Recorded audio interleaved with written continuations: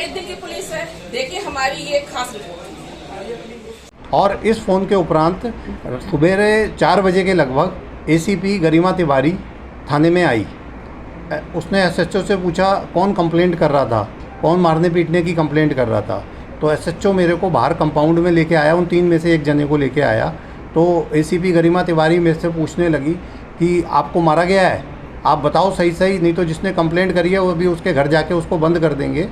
उसके उपरांत मैंने उनको बताया ये एसएचओ सामने खड़े हैं, इन्होंने बहुत बुरी तरह हमारे को मारा है और हमारे को क्या कहते हैं आप देख लीजिएगा, हमारे चेहरे पे सूजन के और इसके निशान हैं। जब उसने ये बात सुनी तो वो ये कह के गई वहाँ पर कि इनको उठा के लॉकअप में बंद कर दो, इनको सबको। किनको बंद कर दो लॉकअप? हमको। अच्छा, फिर आप बंद कर दिया या जाने दिया क्या? उन्होंने हमारे को बंद कर दिया। सुबेरे 8:30 बजे छोड़ा, जब हमसे ये ब्लैंक कागज़ों पे साइन करा लिए कि और कहा कि आपको इनके खिलाफ़ कोई कार्रवाई नहीं करनी है जिन्होंने आपको मारा था। आप इलाके डीसीपी से मिले इस मामले में? उसी दिन उसके अगले दिन हम 22 तारीख को ये इंसिडेंट हुआ, सुबेरे छूटे। हम उसी दिन 23 तारीख को सुबेरे इलाके के एमएलए अखिलेश पति त्रिपाठी को लेके उनके पास सुबेरे 12 साढ़े 12 बजे के लगभग उनसे मिलने गए। उनको हमने सारा इंसिडेंट और शिकायत बताई एसएचओ की पूरी।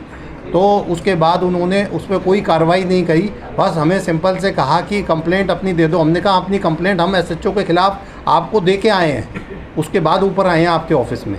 अशोक बिहार के डीसीपी जो है? हाँ, अशोक बिहार के डीसीपी साहब गए थे आप? हाँ, वहाँ पे गए थे अखिलेश पति त्रिपाठी एमएलए के साथ अपनी शिकायत करने के लिए एसएचओ के खिलाफ। डीसीपी ने क्या कहना चाहेंगे मीडिया के आपको न्याय नहीं मिलता है क्या आप कोर्ट का दरवाजा खटखटाएंगे? हम अवश्य जाएंगे कोर्ट में, अगर हमारे को न्याय नहीं मिलेगा तो।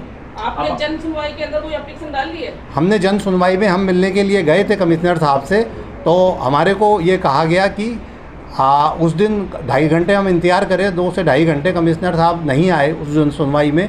उन्होंने प्रतिनिधि के तौर पे कोई जूनियर अपने आपको भेजा था, जॉइंट कमिश्नर कोई थे उनको भेजा था, मतलब रिप्रेजेंटेटिव के तौर पे। तो उन्होंने टेम्परेरी वो सुनाई थी, उनको हमने पूरी ये कंप्लेंट की बात बताई थी और उसके बाद में ये पूरी की पूरी उनको भी ये जो क्लिप है उनको भी सुनाई थी, उनके समक्ष पूरी सुनी थी उन्होंने।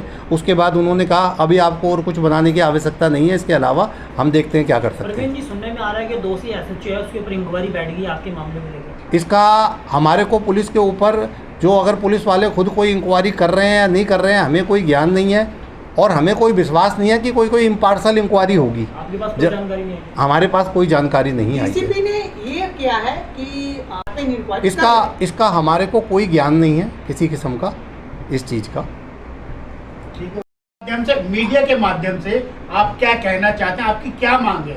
हमारी मांग ये है कि आप पुलिस के जो में गलत एलिमेंट हैं, इस तरीके के गंदे तत्व हैं, वो पुलिस से बाहर निकाले जाएं, उनके खिलाफ़ कानूनी कार्रवाई करी जाए, न्याय संगत और जिससे कि नागरिक अपने आप को सुरक्षित महसूस करें। सर, अंतिम सवाल जो कहते हैं दिल्ली पुलिस का टैगलाइन है दिल्ली पुलिस दिल की पुलिस, क्या लगता है कि वाकई ही दिल की पुलिस है या गलत? अब इस इंसिडेंट के बाद तो आप लोग ही जज करेंगे तो बेटर होगा, इसके बाद में जो भी चीज़ है। और अभी तक उन्होंने हमें सीसीटीवी फुटेज हमने मांगी हुई है, हमें उसमें भी डाउट है कि वो उसमें कोई टेम्परिंग करेंगे या हमें सही देंगे। 1 महीना तो हो गया है, दी नहीं है और वो लोग सब अपनी सीसीटीवी फुटेज हमें पता है अपनी निकाल चुके हैं और कर चुके हैं। अब क्या होगा आने पे ही पता चलेगा, देते भी हैं कि नहीं देते हैं। हमारी एप्लीकेशन लगी हुई है जब से। हाँ, पीसीआर वालों ने हमें आरटीआई की हमें सारी एप्लीकेशन की ये जो आपको क्लिप सुनाई है इसकी भी कॉपी दे दी है और जो हमने कंप्लेंटें करी थी उनकी भी सारी कॉपी दे दी है हमारे को, और वो हमने आप लोगों को भी कॉपी प्रोवाइड करा दी है। क्या आपको ये पता चल पाया कि फॉर्चून वाले कौन थे, वो जो 5 लोग थे जिन्होंने आपकी पिटाई की? क्या उस गाड़ी का नंबर या उसके मालिक का पता? उसका गाड़ी का नंबर हमने बाकायदा अपनी कंप्लेंट में नोट करके ही दिया था, वीडियो फुटेज में उसका नंबर आ गया था। उस गाड़ी वाले का नंबर ज्ञात होने और उन लोगों से संपर्क करने के बाद ही पुलिस का रवैया ये बदला है।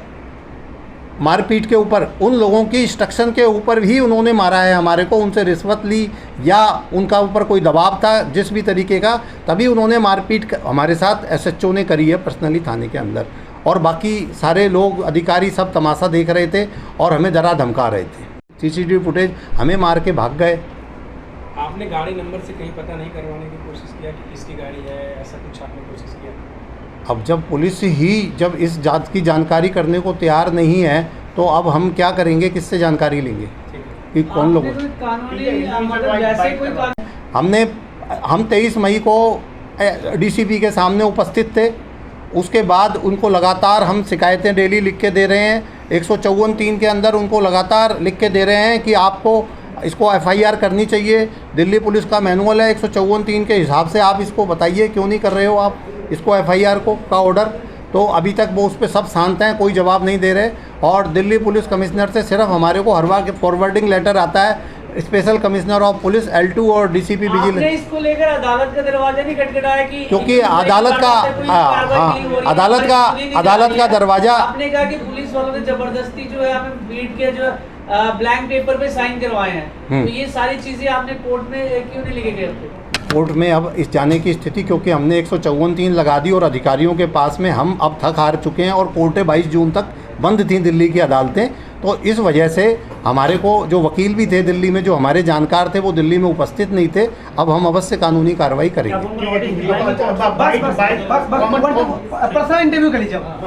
स्ट्रीट जुड़े रहिए स्ट्रीट न्यूज इंडिया के साथ। स्ट्रीट न्यूज इंडिया को लाइक कीजिए, सब्सक्राइब कीजिए, अपनी कीमती राय कमेंट बॉक्स में दीजिए।